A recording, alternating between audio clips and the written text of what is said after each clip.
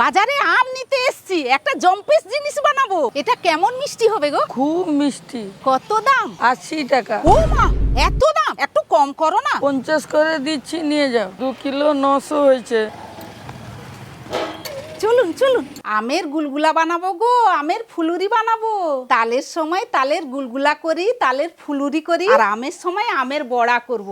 আর বাঙালি তো একটু বড়া টোড়া না করলে হয়? বাঙালিদের 13 পার্বণ, 13 পার্বণে পিঠা পার্বণ, পিঠা পার্বণ না হলে বাঙালিদের মন মানে। পাকা আম তো এখন গাদারে গাদারে, ভালো ভালো সাইজ দেখে আম নিয়ে এসছে। এই যে দেখুন, একটা পাত্র নিলাম।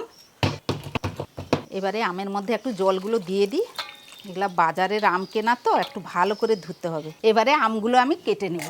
এখানটা রাখলাম। প্রথমে আমটা নিয়ে মুখটা কেটে দিলাম। তারপরে আমের চেনা যেরকম আমাদের খাই সেই রকম আমি চেনাগুলোকে কেটে নিচ্ছি। এই যে দেখুন, সাইড করে কেটে নিচ্ছি। এই যে দেখুন, হাতে নিয়ে আমি ছুরির সাহায্যে এইরকম ছোট ছোট করে অল্প অল্প করে আমি কেটে নিচ্ছি। এই যে দেখুন, এইরকম করে কেটে নিচ্ছি। এইরকম করে আগে কেটে নিচ্ছি। কি সুন্দর কাটাটা হবে, ছকছক করে বেরাবে। তারপরে আমটা আর চানাটাকে আমি ঘুরিয়ে নিলাম। ঘুরিয়ে নিয়ে আবার এইরকম ছক কাটার মতো আমি কেটে নিচ্ছি। এই যে দেখুন,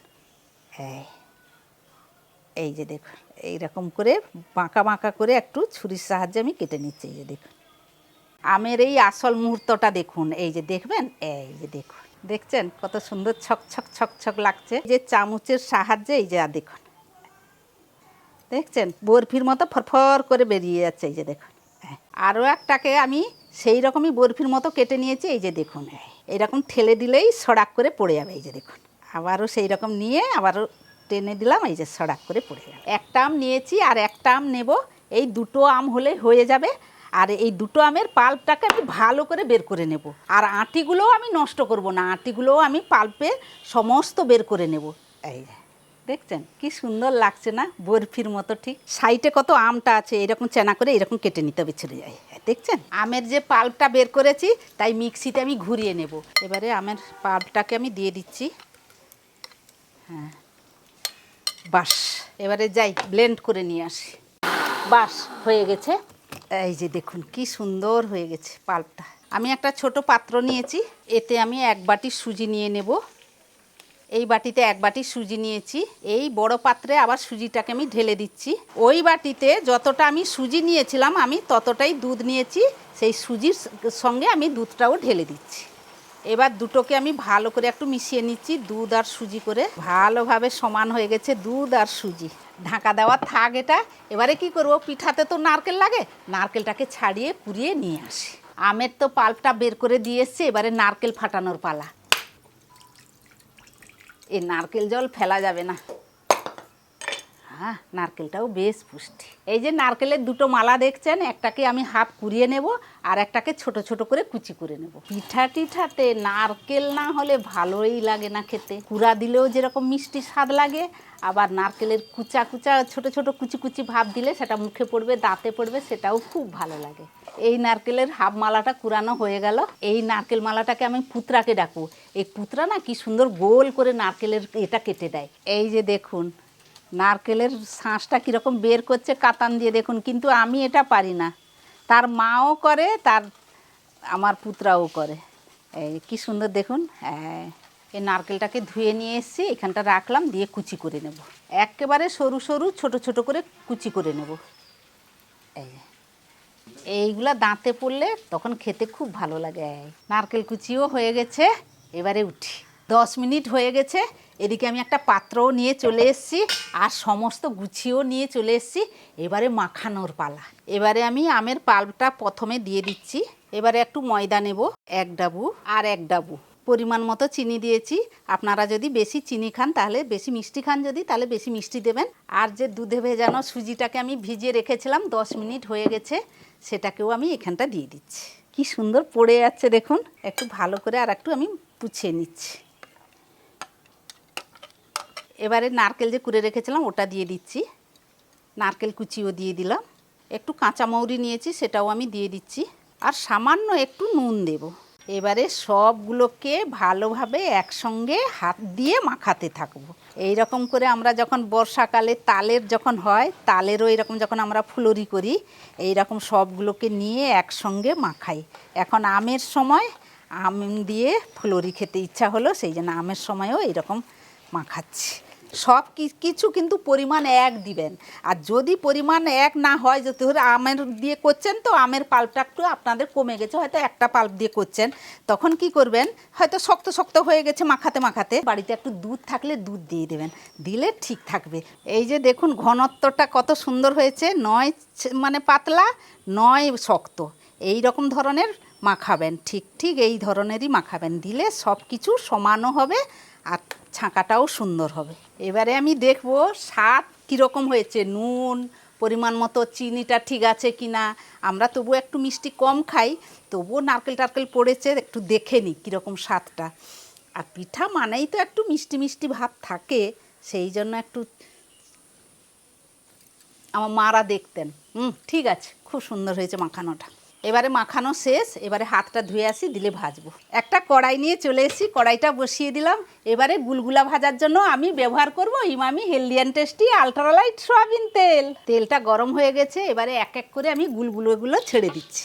কারণ Emami healthy and tasty আলট্রালাইট soybean তেল খুবই হালকা আর খাবারে খুব কম তেল টানে। ফুলুরিগুলো তেল চিপচিপে ভাব থাকে না, তাই ফুলুরিগুলো খেতে হয় দারুণ আর মুচমুচে। এবারে এক পাশটা উল্টিয়ে দিই। এই যে দেখুন কি সুন্দর হচ্ছে, এই যে দেখুন ফরফর করে উঠে যাচ্ছে, হালকা হালকা স্পঞ্জি স্পঞ্জি। আর এটাকে আমরা এখানটা বলি গুলগুলা, মানে তেলে হয় তো গোল গোল করে পড়ে গুলগুলা, আবার তেলে ছাঁকা হয় বলে ছাঁকা পিঠা, ফুলুরি বলে, আবার বড়াও বলে। এই জিনিসটার নাম আছে 3-4 রকমের। 10 মিনিট হয়ে গেছে, এই যে কি সুন্দর লাল লাল হয়ে গেছে দেখুন। হালকা হাতে হালকা আঁচে, কিন্তু মাঝারি আঁচ দিবেন, বেশি জোর আঁচ দিবেন না, তাহলে কালো হয়ে যাবে, ভেতরে ঠিক হবে না। ধীরে ধীরে করবেন। এই যে দেখুন কি সুন্দর লাল হয়েছে। ছাঁকা পিঠাগুলো আমি তুলে নিচ্ছি। কে কীরকম ছাড়ে, আমি আমার এইরকম আমার সুবিধা হয়, কে গামলাকে এরকম মুছিয়ে নিবে, এইরকম করবে, এইরকম করে এইরকম করে দেয়, আমার এইটাই যেন সুবিধা হয়। বিভিন্ন লোক বিভিন্ন ধরনের দেয়। প্রথম পিঠা একটা নিয়ে কি করব, এই গ্যাসে একটু প্রথম পিঠাটা দিতে হয়, কারণ আমার মারা বলতেন, আগে তো মারা তো সব পিঠা বানাতেন, বলতেন প্রথম পিঠা খাবি না, প্রথম পিঠা আগে উনানে দিবি, বাইরে একটু জঙ্গলে দিয়ে দিবি, দিলে তারা সেগুলো খেলে তারপরে গিয়ে পিঠা খাবি। সেটা আমাদের মারা বাচ্চাকালে বলতো, শুনতাম। আর এক পিঠটা আমি উল্টিয়ে নিচ্ছি, এই যে দেখুন সেই রকম আগেকার মতো হালকা হাতে হালকা আঁচে লাল লাল করে আমি ভেজে নেব 10 মিনিট। লালও হয়ে গেছে কি সুন্দর, 10 মিনিটও হয়ে গেছে। এবারে আমি এই পিঠাটাকেও তুলে নিচ্ছি,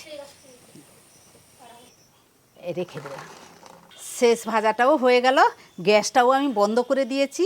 এদিকে বাবুকে ডেকে দিই, গরম গরম পিঠা আছে, সে বলেছিল আমাকে গরম গরম ডাকতে। বাবু রে, গরম গরম পিঠা খাবি, চলাই হয়ে গেছে, গরম গরম হয়েছে, খা খা আগে খা। এগুলো গরম না হলেও তো ভালো লাগে না, একবারে ঝাঁপিয়ে পড়তে হবে। আমের গুলগুলা না তালের গুলগুলা কেউ বুঝতেও পারবে না। আপনারাই বলুন দেখে যে এটা কি বোঝা সম্ভব আদৌ। জাস্ট একটা নিয়ে আপনাদের ভেঙে দেখাচ্ছি।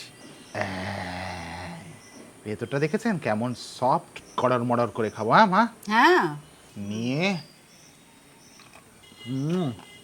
অসাধারণ। আমাদের ঘরে আমের সিজনে মা এমনিই বানায়, আমি বলেছি আমের ছাঁকা পিঠা বলুন বা গুলগুলা বলুন বা ফুলুরি বলুন, যাই বলুন না কেন, আমাদের ঘরে প্রায় হয় এটা আমের সিজনে। তালের ফুলুরি বা তালের গুলগুলাতে যেমন একটা তালের ফ্লেভার থাকে, সেটা তালের ফ্লেভার, হ্যাঁ, সেটা তালের স্বাদ, এটা আমের স্বাদ, পাকা আমের স্বাদ, অসাধারণ।